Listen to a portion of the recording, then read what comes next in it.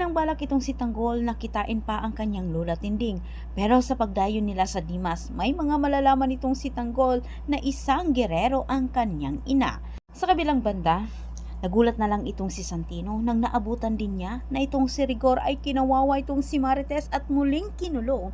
Pinalagan ito ni Santino, pero umalma naman itong si Rigor at David.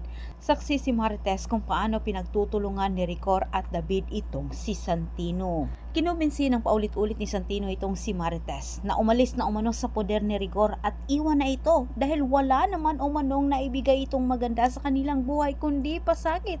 Pero si Marites ay masyadong bato ang puso, hindi pinakikinggan itong si Santino sapagkat katwiran naman ito ay hindi umano maintindihan ni Santino ang kanyang mabigat na dahilan. Ayaw umano niyang iwan ang kanyang mga anak dahil sa sinabi ni Santino na susukuan na umano niya ang kanyang ina.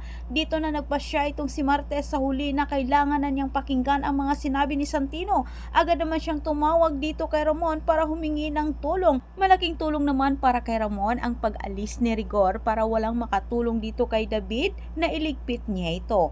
Naabutan naman ni Attorney Vera ang ginawa ni David kay Marites kahit pinagsabihan niya ito na wag umanong gawin sa ina dahil hindi umano ito nakakabuti para kay David at masama umano ito dahil nagkataon kapag malaman ni Tanggol maaring ipakulong umano si David sa ginawa kay Marites. Awang-awa itong si Attorney Vera kay Marites kahit siya na rin ang gumawa ng paraan. Nang abala naman itong si David sa pag-asikaso sa ibang bagay, sinamantala naman ni Attorney Vera ang pagkakataong iyon para mapatakas itong si Marites. Hindi na nakapaghintay itong si Marites na makarating itong si Ramon kahit bago pa makabalik itong si David ay sinunod na niya itong si Attorney Vera at tumakas na siya.